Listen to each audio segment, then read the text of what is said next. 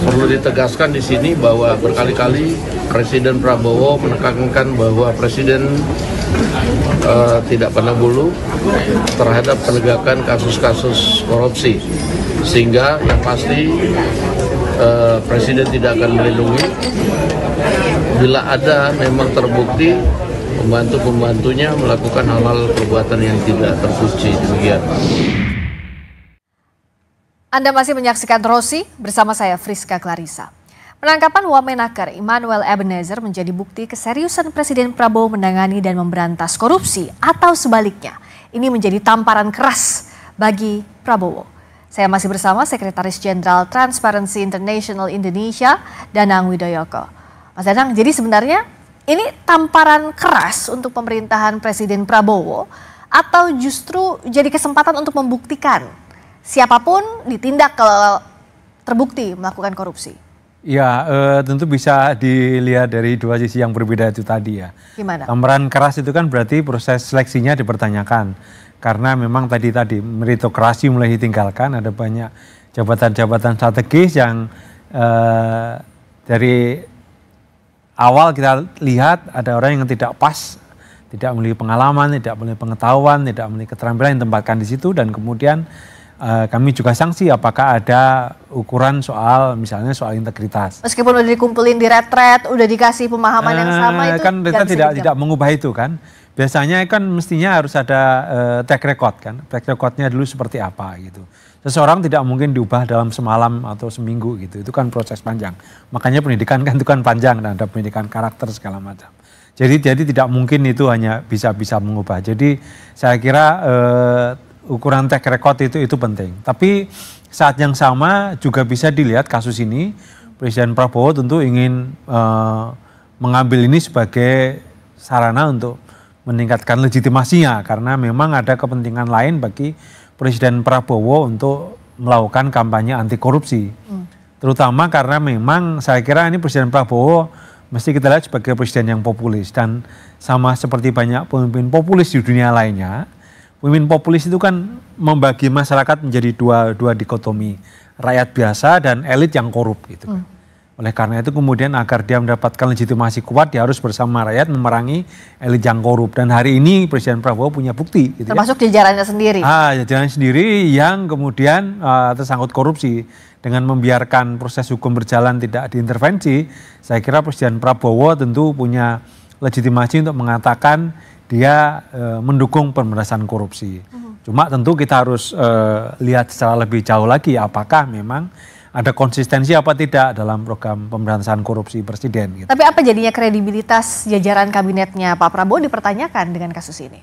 Ya tentu sebetulnya kan banyak pengamat juga mempertanyakan ya di berbagai kebijakan gitu ya, soal kredibilitas kebijakan, lalu kemudian latar belakang dan track record para pejabat pemerintahan gitu kan, yang seringkali diangkat karena kedekatan, misalnya alumni, latar belakang karirnya, atau etnis, atau pilihan politik gitu ya. Itu yang kemudian mengabaikan prinsip-prinsip objektivitas dalam seleksi pimpinan atau seleksi pejabat. Nah, ini yang saya kira itu yang kemudian perlu dicek lagi.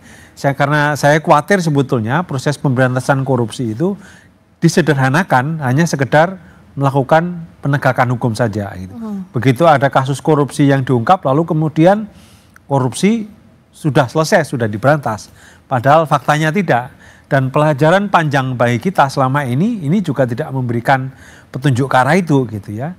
Dalam beberapa 10-20 tahun terakhir, terutama sejak berdirinya KPK, dalam hal pemberantasan korupsi, kalau soal penegakan hukum, Indonesia barangkali salah satu yang lebih dibandingkan banyak negara lain. Ini nggak cukup kalau penegakan hukum saja. Tetapi kan indikator menunjukkan indeks persepsi korupsi kita itu naiknya bertahap gitu ya.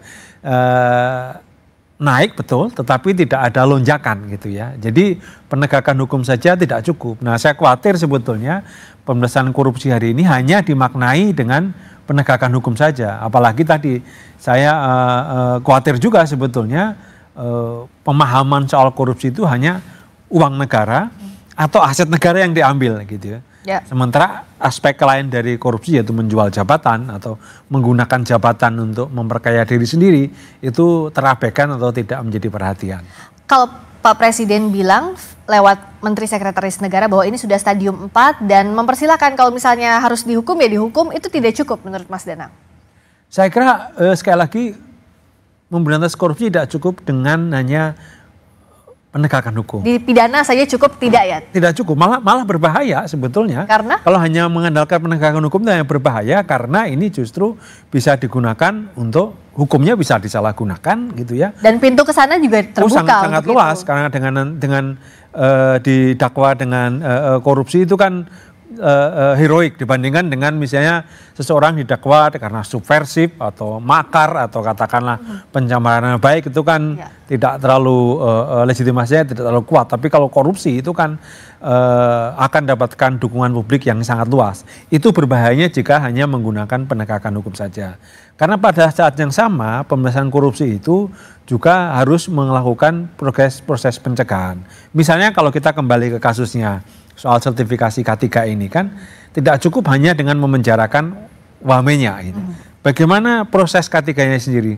Bagaimana mungkin seorang wamen bisa mengintervensi atau katakanlah menjual jabatannya atau menggunakan jabatannya untuk memeras mereka yang mengajukan. Ini ada masalah berarti dalam proses sertifikasi K3 ini. Ini yang perlu direview gitu ya, perlu diperbaiki. Bolongnya di mana? Jangan-jangan panitianya atau pelaksananya tidak punya otonomi atau jangan-jangan ditarik ke level agak aneh ini sertifikasi tapi sampai wakil menteri bisa mengintervensi kan berarti ada persoalan dalam regulasinya atau katakanlah proses bisnisnya. Atau bisa jadi selama ini sudah berjalan seperti itu. Nah, ini dan kan, baru ketahuannya sekarang. Ya, kita baru dapat informasi dan cukup mengagetkan hari-hari ini gitu. Tidak banyak informasi tentang proses K3 selama ini dan mudah-mudahan sih kalau kemudian kasus yang dipakai adalah pemerasan, kalau pemerasan ini kan yang membayar atau menyerahkan uang kan tidak dipidana kan itu korban gitu kan.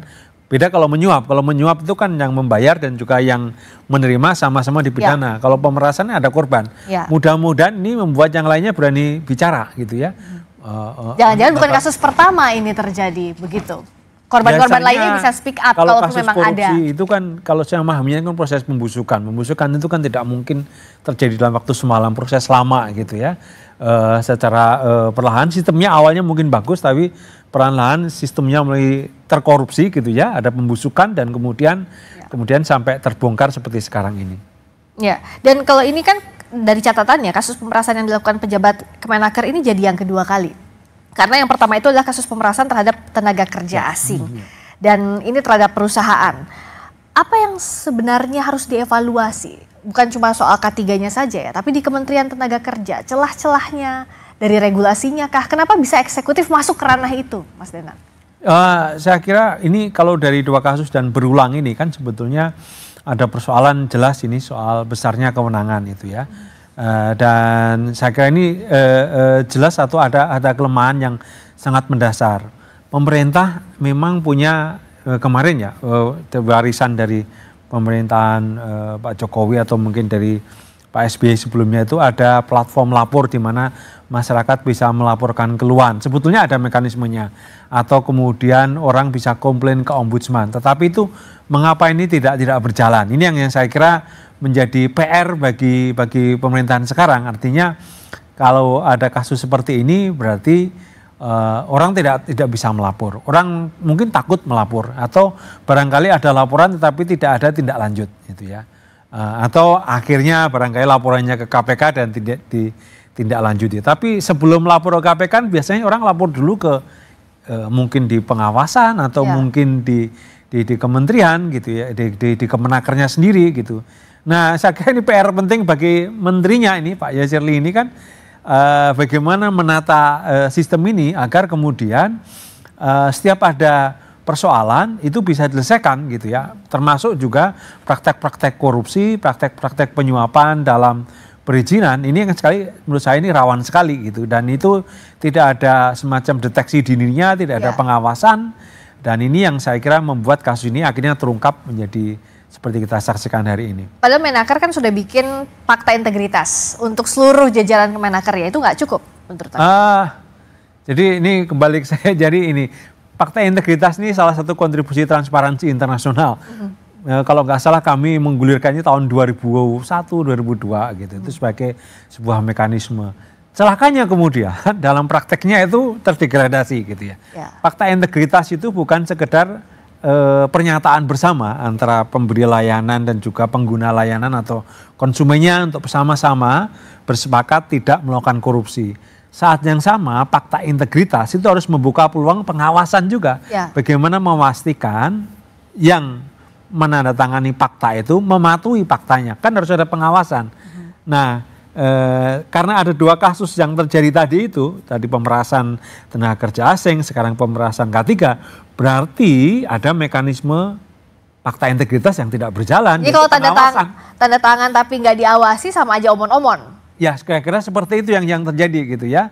Jadi harus ada pengawasan, harus ada transparansi gitu ya. Harus ada mekanisme di mana jika salah satu pihak komplain harus ada tempat untuk menyalurkan. Misalnya whistleblower management system atau perlindungan terhadap pelapor gitu ya. Ini yang saya kira mekanisme yang untuk melengkapi fakta integritas. Tanpa itu fakta integritas itu hanya sekedar seremoni saja gitu ya. Tidak tanpa makna dan secara substansi tidak akan bisa mencegah korupsi. Dan kalau bicara kasus ini kan kita tidak bisa hanya berkelindan di hukum saja. Karena mau tidak mau Wamenaker jabatan politis. Dan terlebih juga Wamenaker ini adalah orang relawan, circle relawannya Pak Jokowi maupun Pak Prabowo. Bagaimana membaca ini?